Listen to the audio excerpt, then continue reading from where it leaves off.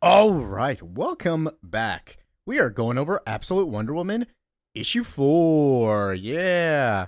So far, we've released a bunch of Ultimate and Absolute stuff. Once we catch up more, I'll start releasing other things like more I really want to cover Moon Knight and Supergirl and stuff like that. And also I got to do some suggestion videos. But yeah, leave a comment, subscribe. So, to recap what happened last time, Diana was put into the Wild Isle in Hell, and Cersei took care of her.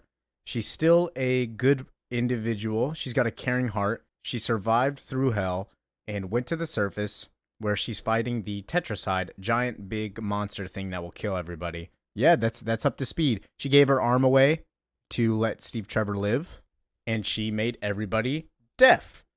So, picking up with that, we see her broadcast on the TV as we meet these two individual girls. They walk to the front door. Steve and Diana are there. She realizes that she can hear.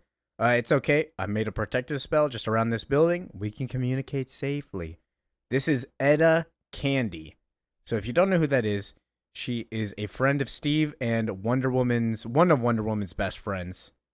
But she asks, why are you guys here? Well, Diana asked me if I knew any witches, and you're the closest thing to it. She looks like she runs some weird like pawn shop, gift store or whatever. She's got tarot cards in the back, but Diana's like, hey, I just need some ingredients. See, some of this stuff that you have is very rare for me in Hell. I'm from Hell, by the way. But to fight this creature, I do need my arm back. The prosthetic is a powerful weapon forged in fire by Hephaestus himself, but is no match for what it replaces. What I face is beyond me.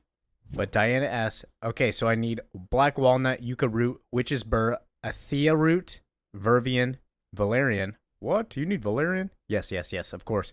I also need hemlock, morning glory, and datura. I would not ask if it was not important. Now, I don't know what any of these objects are, but she grabs something out of a little safe, brings it up. Here you go. Thank you, Gia. Do you have anywhere that isn't this lovely shop? Because there's going to be a lot of blood. So they go into the back office, and Diana says, Hecate, hear me. Daughter of your beloved Cersei calls on you in fire and blood. Lend me once again your great power in order to do great justice. And she gets struck by lightning. What I love is that, so Hecate, we haven't really talked about this. It's like the goddess of witchcraft and sorcery, which makes sense because that's what her and Diana are. So instead of like regular continuity DC, she prays to Athena. Nah, it's Hecate. I think I'm pronouncing that right. Probably butchering it. I did Ultimates issue 3. Oh my goodness, man. I probably butchered all those words. But this is the last Amazon 4 of 5. And we do a flashback and see Cersei talk to Hecate. The visions have started. That is not exactly how I put it, but yes. My most devoted disciple, my most beloved, of all I have loved. Well, if I was beloved, you would never have allowed me to be imprisoned in hell. You would never have allowed me to be brought so low. You would have never forced a child on me that was not my own. There is a great and powerful game afoot, Cersei. Each of us with our roles to play. Each of us with sacrifices to make. The arc of the universe is long, and it should bend toward justice. But as every chance, it does not. Instead, it dies, smothered in its cradle over and over again, but no more. A new path has been set, but many were broken to set it. Some minds, some bodies, some hearts. When I too was asked for that, was most sacred to me, I could not blink. I would have given you this because, no matter what, you are not wrong. But I could also see what it would be. I could see that only one such as you could raise the hero we need. And I could also see that her love would change you in ways that you could not have imagined. When I saw that you would defy even me to protect her, no, I would never, but you will. And that is how I know that in this case, that was right for me, for the world, and for Diana, also happened to be right for you. You may look upon me, Cersei, most beloved of all my beloveds. Look upon Hecate, and know you are blessed and will be remembered. Oh, that is a beautiful goddess right there. Oh my God. From that night on, the visions came, not regularly, but from time to time. Flashes of what Diana would be to the world, of how she would also suffer and persevere. how the goddess' great plans would knit together so carefully that nobody could see her until it was too late, and also of how lonely I would be trapped here without her. It was the night I began plans to make her first lasso, built with love and pain, magic and fire. It'd be called, I can't say that, sacrifice. Like Diana's love, it would be transformative. And like my love, it would be a prison. Boom! First lasso. I think there's 4 lassos, and we get to see all of them throughout the run.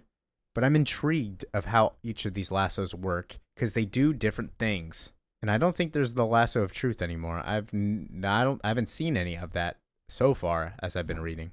But we see Dianna stand up. In your honor, Hecate, I will prevail or die. Thank you, my friends. My strength is fully returned. I owe you a debt, and it will not be forgotten. You have like a pint of blood on your face. Should you clean that off? Oh yeah, probably. By the way, Etta, when we arrived, you were going to help out despite the danger. Well, yeah, it was the right thing to do. Oh, is your job something? To protect people? I mean, yeah, I used to be a detective. What about now? I'm a private investigator. Ah, so you work for yourself, yes? You know, Dianna, somehow you make everything seem better than it is. You are more hopeful. Well, I can live with that. The bubble protecting your shop will dissipate soon, probably before the deafness spell abates, but the tetraside sound will end shortly, and the spell not long after that. I hope to see you again. She runs and ghost fights the tetraside as she sees it destroying into the city. It's actually in the middle of the city. The tentacles have returned to their natural position, which means it has stopped emitting the death of fear sound, and I can feel my spell fading as well. But because the population has not come to the tetraside, it is seeking them out, and that I cannot have. And she pulls out a buster sword again. After she lost the last one, she just picks it back up from the water. Hello, my friend. I have a very big idea, and you're going to love it. But first, we must bring the tetraside back to the beach, away from the civilians. She throws a little bottle to help summon the tetraside away. It's like a lure. All magic has a price. Hold fast, Pegasus. That price can have many facets, like using a tool that is the exact sound of what will happen if you fail. Your own nightmare come alive. But she's hiding underneath the pier. The blade was a good idea the first time. I just wasn't thinking big enough. Half the battle is choosing the right weapon. She jumps up into the air after enchanting the Athena blade. We see that that thing is a skyscraper. Like, oh my goodness. She is holding something that would... that has to weigh 1,000,000 tons. She would kill somebody. She would kill everybody with that thing. And so all is not yet lost. Goddess Athena, aid your humble servant in striking true. Let the Athena blade break upon it as waves cutting through stone. Mother, though I am far from home, lend me your strength, your conviction, your indomitable will. She cuts through the tetraside. Oh my goodness, man. Guts and Cloud Strife would be jealous of this sword. But my question is does Athena like Dianna? If it's Athena's blade and she just prayed to Athena, what gods are good and what gods are bad? And if Zeus is bad, is he going to fight Batman again? That would be pretty fun. But we see somebody watching on the TV. Where is Commander Cole? He's still evacuating civilians on the ground, sir. We haven't heard anything from them since the city went deaf. Kale, you're the damned national security advisor. Advise already. Mr. President, I'd say even if she killed that thing, we have a very big problem on our hands. Who is that? We will get into that next issue, because I believe that's where they reveal who it is. Major Wonder Woman villain right there, though. She's definitely going to be a big player. I'm surprised the president's not really going to do anything about it. He's just kind of watching. Yeah, that's issue 4. This one is cool.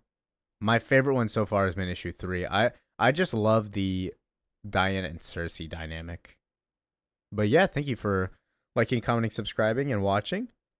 Peace out.